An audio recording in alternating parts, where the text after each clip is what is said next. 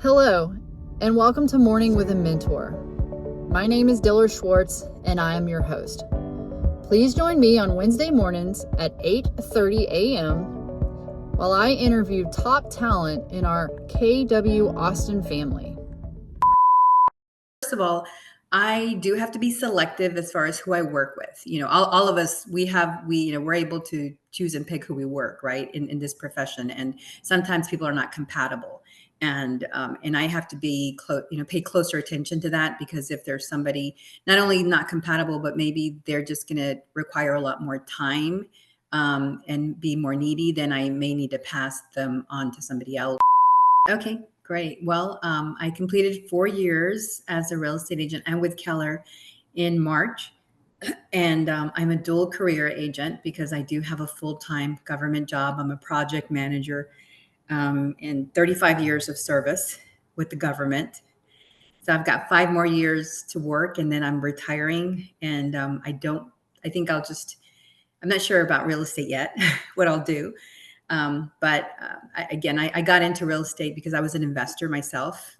Started investing in the 90s. I'm from Austin, born here. And so real estate's always just really intrigued me and been a passion. So I thought it was easy, when you're looking inward from the outside, and said, oh, well, I'll just jump on board and cut out the middleman, and it'll be an easy peasy job. And never expected the level of work and that's involved with getting something done, a transaction as a real estate agent, everything that we do for our clients. So I don't remember my agents ever doing a lot of the things that I do, but being on both ends, I think I do a little bit more than maybe I should. But anyway, I enjoy it and I love it. It's a passion. So I'm here, and I'm so glad to be with Keller Williams. What is like your biggest challenge as a dual career agent when it comes to customer service for your clients? Well, I find it works out fine for me. First of all, I do have to be selective as far as who I work with. All of us, we're able to choose and pick who we work, right? In this profession. And sometimes people are not compatible. And I have to pay closer attention to that, because if there's somebody not only not compatible, but maybe they're just going to require a lot more time, and be more needy, then I may need to pass them on to somebody else. But so far I've been fine. I haven't turned down a client yet, but I do consider that, like, what is it going to involve for this person? And I do leverage a lot of our other agents, a lot of the newer agents. And I have a huge network. There's a lot of people that I've never met, but I talk to them in person. Like I saw Jana was on. She's done some staging for me. And, I've worked with you, I've met you in person, but, there's a lot of agents that I just reach out to. I leverage all of them as resources to help me get through. But I do also pay attention to the people that I work with. And the biggest challenge is, when during the daytime, most of them, the customers work anyway. So when are people seeing houses? In the evenings or on the weekends? So that works out for me because, I'm very flexible. I work from home 100% of the time. So like this morning I started at 6 o'clock, and my job is very flexible as long as I get things done. Being a project manager, it's about getting projects done and scheduling. So as long as I get the work done, I'm fine. But it's just, I have to manage my time. Time management is the most difficult part of it, being dual career. But, I find a way by leveraging our coworkers and the resources that are available to me through the network at Keller Williams. Power of KW. Their Yep. leverage is pretty incredible if you can plug in. All right, so this is going to be fun because you're our first true dual career agent to do this. And I'm ready. All right, so in terms of real estate, what are your daily priorities? Well, basically the transactions that are in my pipeline, if I've got somebody that's under contract, listings, those are my priorities, because I want to see them through the whole process. So always make sure that everything's covered coming up, all the deadlines, that, again, being a project manager, I just apply that to real estate. Like, what is my schedule this week? You look at it, from a month, and then week, and then daily. and break it down that way. So, those are my priorities. And then of course, always every morning, probably around 6:45 or 7. That's, after I get up at 4:30. I got up 4:30 today and went for a 5-mile walk. So I'm up early every day. And then I, get ready to start my day, and I start looking at what's going on the market. I mean, the MLS, I open it up right away, see what's happening, and look at that. Like, what are, like this morning I saw we have just in Austin, like over 4,700 listings. And I don't know, we're up to what, 4.5 to 5 month is what they're being on the market, days on the market. What are you looking for, and what are you doing with that information? Mainly it's to know, knowledge is power, know what's happening. I have 3 listings right now. And of course, I don't know what's going on with you guys, but they're not moving, right? I think we're kind of seeing the same thing. I do have some clients that I've had some listing appointments, and their question is like, should we wait until after the election? Should we wait for this? And you always have to figure out, well, what is your, listen to their needs, and try to be proactive as far as anticipate what they might need and what you can do for them. And knowing this information, I basically just say, hey, what is it you want out of this? What are you looking to achieve? Because if we go in there and start throwing numbers at them and scare them off, then we're thinking one way and they're thinking at a different level. For instance, most recently, I visited with a person. It was an estate. He's the executor of an estate, and he says, "Well, I want my net to be 700," and I without saying, you're totally crazy or anything, I just, well, these are the numbers. These are the sales comparable homes in your area, and this is what we're looking at. So I don't see, in order for you to net at 700, you're going to have to put X number, X amount of improvements to your home. So with that information, it gives me the knowledge so that I can give it to my customers and allow them to make an informed decision, because they don't have this information and they need it so they know. And I also gave them an option to rent. I said, if you don't absolutely have to sell right now, here is another alternative, is for you to rent the home, and homes in Circle C rent very well. I also give him the option of selling it as is to an investor. So he's considering that. So I may be hitting you up on that, Diller, to see if you're interested in another property. Maybe we can close another deal together. So options for your clients. Yes, definitely. And each client's different, right? Listing in Circle C versus, where did we do? We did Pflugerville. Two different, Yes, total exactly. different scenarios.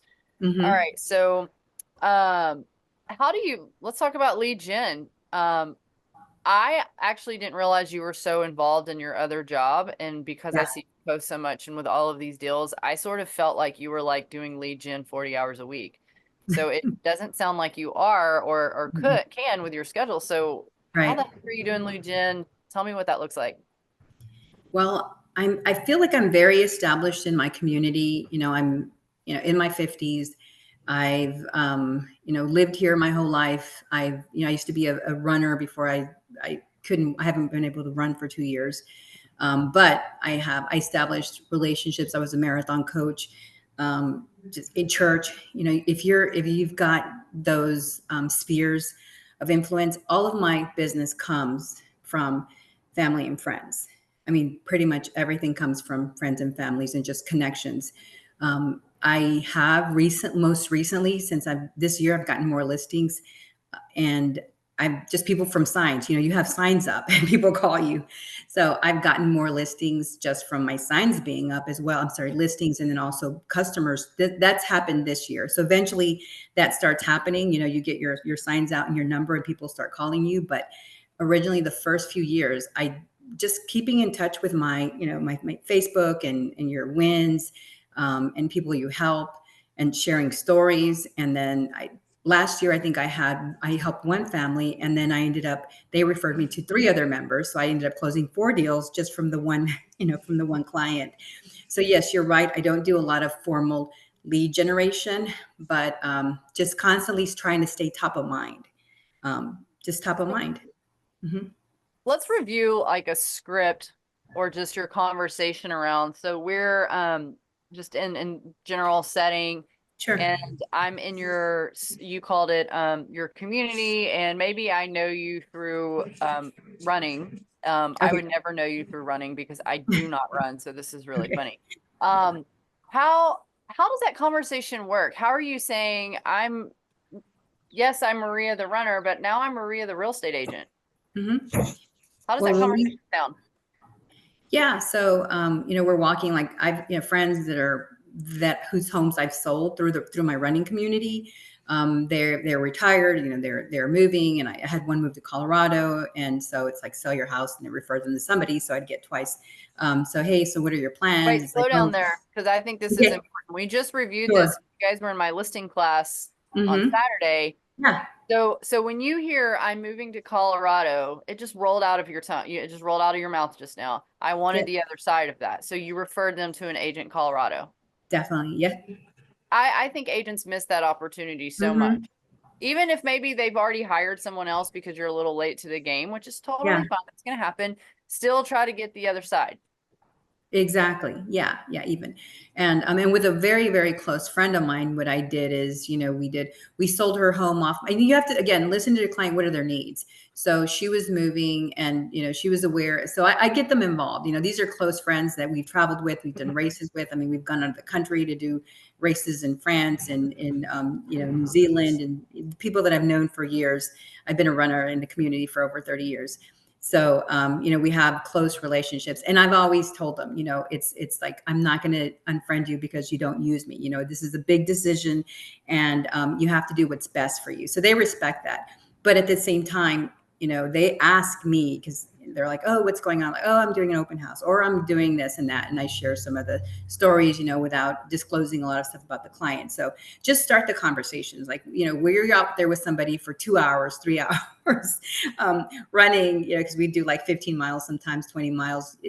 And so you just talk about all kinds of things in the conversations, as far as, we talk about work. And then now I've got 2 jobs.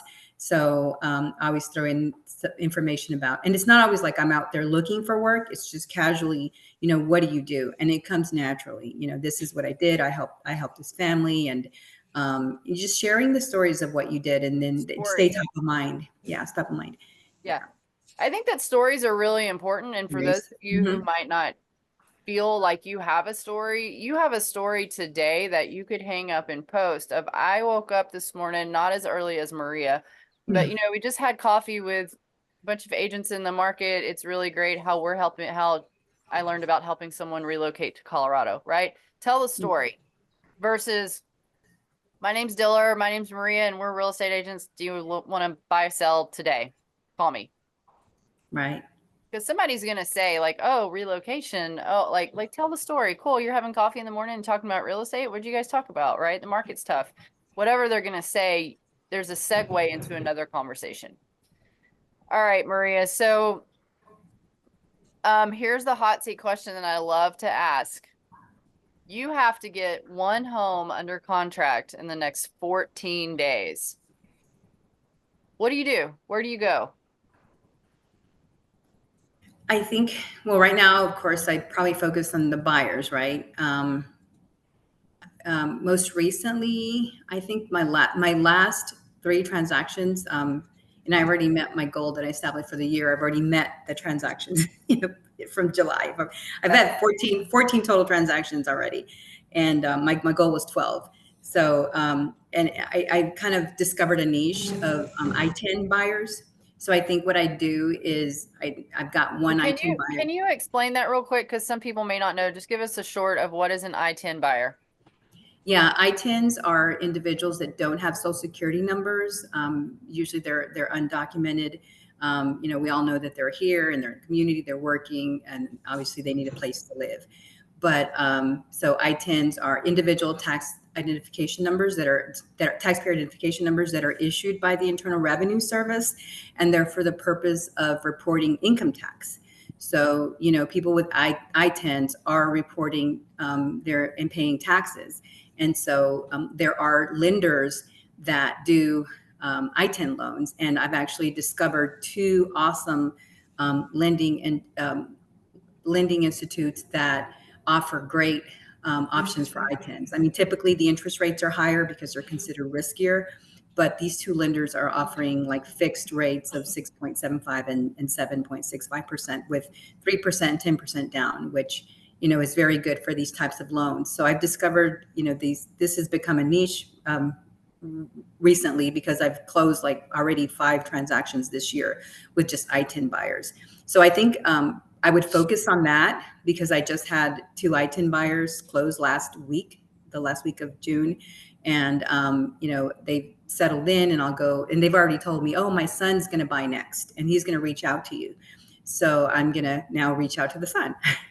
So I think that's probably where my focus is. And So you'd go right back to what you know what to do. Like this is your yes, comfort zone. exactly. This is your community, your sphere, and where you know this is where your bacon is, your money. Yes, exactly. All And just right. leverage that. Okay. And then guys, I see your questions. I'm loving them. I'm gonna ask one more question and then we'll go over. So keep dropping your questions. All right, we ask all of our mentors, what is one action item that you think needs to go on your calendar, on someone's calendar weekly? Some of the suggestions we have are like send 10 handwritten notes every week. Schedule your open houses by 3 p.m. on Wednesday. Door knock X amount of homes weekly. What is your action item that you would suggest an agent in their first year have on their calendar? I think it would be a calendar for posting on social media because that's really what helped me take off. You know, is my spears through social media.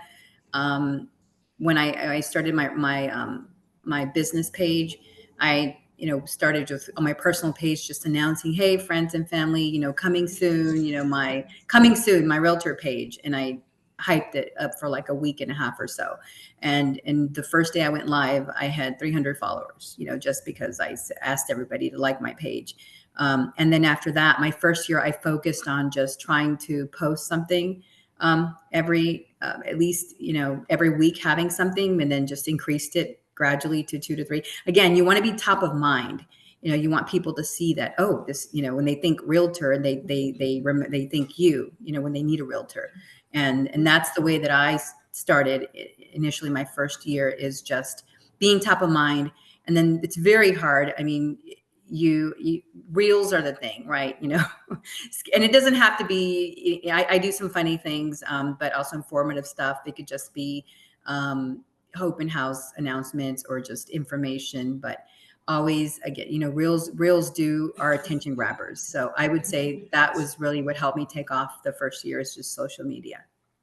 So you said a social media calendar. Did you have Yes. like a theme? So whatever, Taco Mhm. Tuesdays in real estate, Wednesdays Yeah. coming soon, or did you just consistently post? I did Market Watch Mondays. So I did a lot of that. So every Monday, for at minimum, did Market Watch Mondays, and just started with that, and then tried to increase it to like Monday, Wednesday, and Friday. You know, getting ready for the weekend. If there was any, I did more open houses initially. So if I had an open house, then again, I'd start it as early as Wednesday, announcing that the open house was coming. And then and then I'd tell my friends on Friday, hey, I'm going to live stream on Saturday. Please watch me at this time. So, you know, that way, and share it, please. So make sure that those were public. So I did that. And then also when I had a listing, my first year when I had listings, I would ask them, hey, can you like my Facebook thing, or so just get my friends. If you have some family, even, I mean, I've got 40 first cousins here in Austin. So had all my cousins get in there and like my page, you know, so it helps to have a big family and be established in the community. Yeah, and I love that you sort of reiterate when you're doing open houses, make sure you're doing reels, because in this market, I understand we may not have a ton of people through open houses. I think 1 lead per hour is what everyone should shoot for. However, if you're in the open house and you're not, at least you guys can follow mine. They're terrible. Someone should take my phone from me during an open house. I just walk around. I may stumble. I probably have tripped a few times. However, those 1,000 views on social media, you're bound to get one out of something. I mean, one out of 1,000, right? One out of 20. Somebody's at least going to click on it, like it, or share it, which is more than before. And I also think if you can't do an open house as often as I think if you're a new agent, you don't have production, you need to be doing Friday, Saturday, Sunday open houses every single weekend. If you can't, then at least go out and preview a few homes and make 2 to 3 reels and post it as if you're doing the activity. Yes. Celebrate Definitely. it, right? People want to see that you're working. Mm-hmm. Okay, I'm going to go through some of these questions. Okay, so Dane is asking, do you have pre-existing relationships with agent referrals? Example, in Colorado, and how do you choose who you're referring them to? Of course, I didn't have anybody in Colorado at the time, so I did use the our network map, and I just started looking at them and clicked, and then I call the agents. I think I called like 3 or 4 agents before I selected somebody, and I asked, just talk to them, and no, I knew my friend who I was referring. And I talked to the agent, like, what do you do? And this was a person that was very outdoorsy and just kind of understood what I said, that they kind of had the same interest that my client. So I thought they were going to be a perfect match. And in the end, they were. But that's how I do it. I use our resource available, because obviously, and then next time I need to establish, if I need to refer somebody to that specific area, then I already have that network established. But I've done Colorado, I've done Abilene, and oh my gosh, I'm trying to remember, El Paso. So I've got 3 networks there of friends, all friends that have moved, and I got the referrals on that end and here. And they trusted the selection that I made for them as far as the referral agent, because I met with them personally, and I just say, I've got a colleague that I'm working with, and let me get to you. So perfect. Yeah. So on command, guys, there is a referral dashboard. I forget exactly what they call it, and I can try to find it and post it. However, it'll go, you can hover over an area and it shows them, or sorry, it shows you like how many sales they've done, how many buys they've done, and I think it has your profile, right? Yes, your profile, yeah. So, and then also something really cool that's coming up is Mega Camp. So I think you should go. I've been every year since 2012. Go do 2 leases and that'll pay your ticket. However, if you can't, you can go down all of downtown will be red from Keller Williams. And so just go pop in and out of a few bars, have a few drinks, and network. Our team closed 66 referral deals last year within the Keller Williams family. There's a lot of money through referrals and network. And if you aren't from Austin, I should be able to pick up your phone and call like 10 people in your hometown, and they're going to tell you, that they're going to say that they would call you to figure out who their realtor is. Because through Keller Williams, we can sell worldwide. Don't miss out on that money. Definitely. I do a lot of referrals. Yep. Okay. And then the next question is, will you share your IT and lenders information? Yes, I saw that. I will post it on the on Facebook. On the link announcing this session. I'll post it in there. Okay, perfect. And I think that's it on the questions. Did I get everything? You have a lot of shout outs in here. It sounds like you have a little fan club here. That's fine. Oh, one new message. Okay. So we have a referral going out to London. Referrals. You can refer within our market center too. If you live like in Georgetown, and I don't honestly think maybe selling in San Marcos is the best use of your time. And are you competent in that area? So you can find referrals within our own office. So what other questions do we have? We have like 3 to 4 minutes for a few final questions.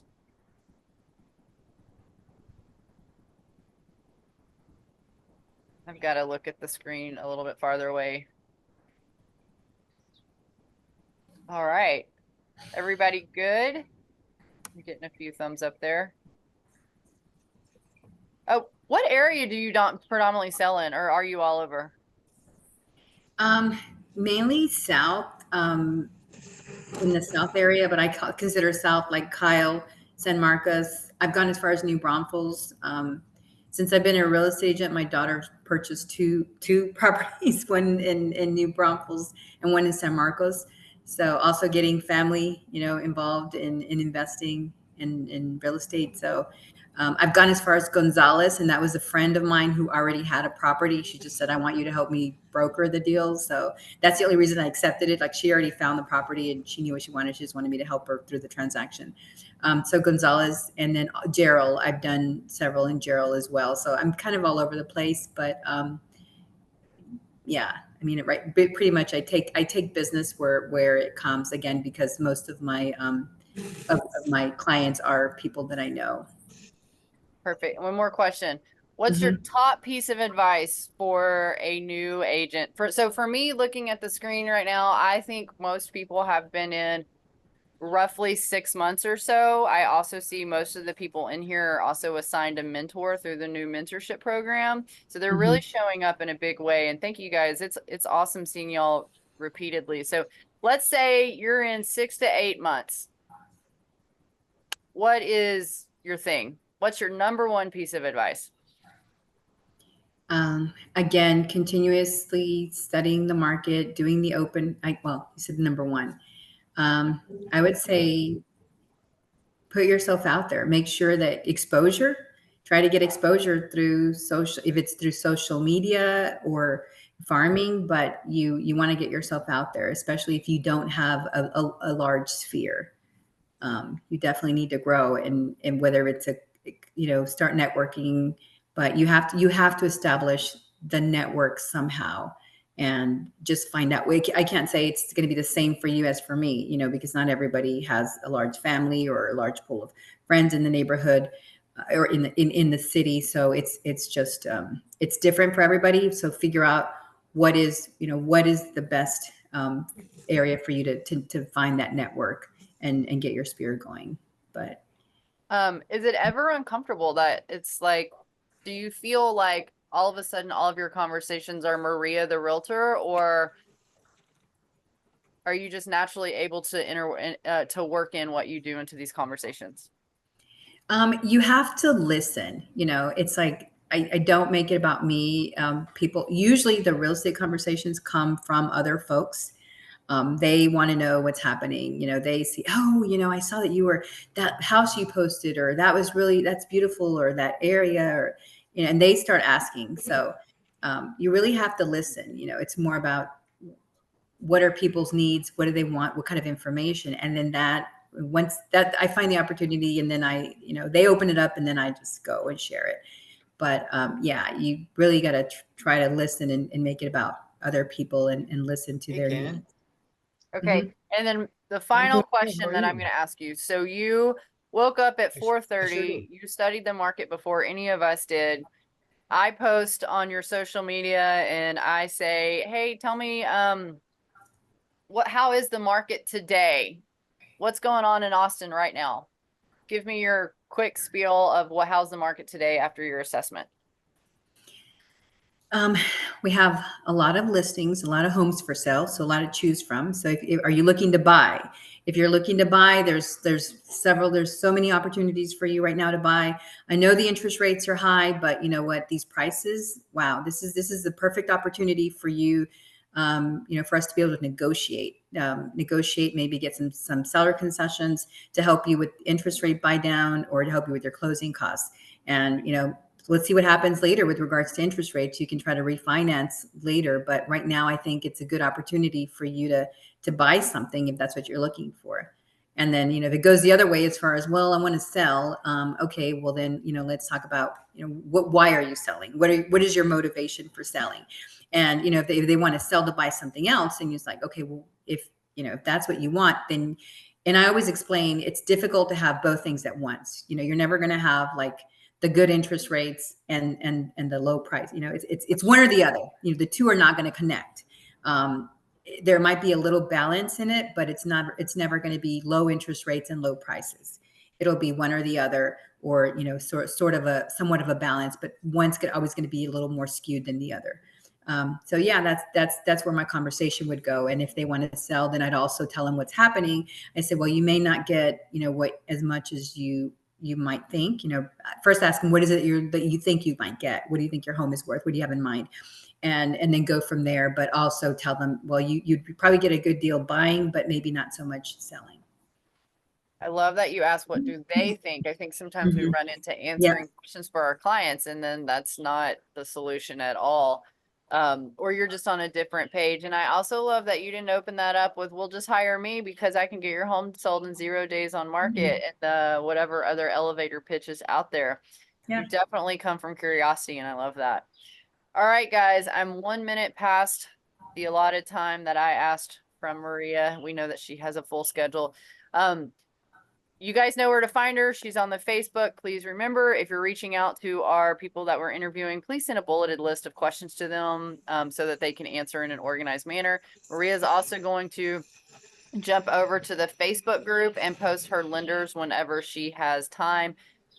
Jana, I can get you her email as well, and we'll get everything over to the Facebook group. This episode will be recorded. I was able to make that happen, and I want at least like 15 to 20 of these recordings before we actually put the library live. So thank you, Maria. Sure. All right. My All right. pleasure. Everybody have a good Bye. day. Bye. Thank you.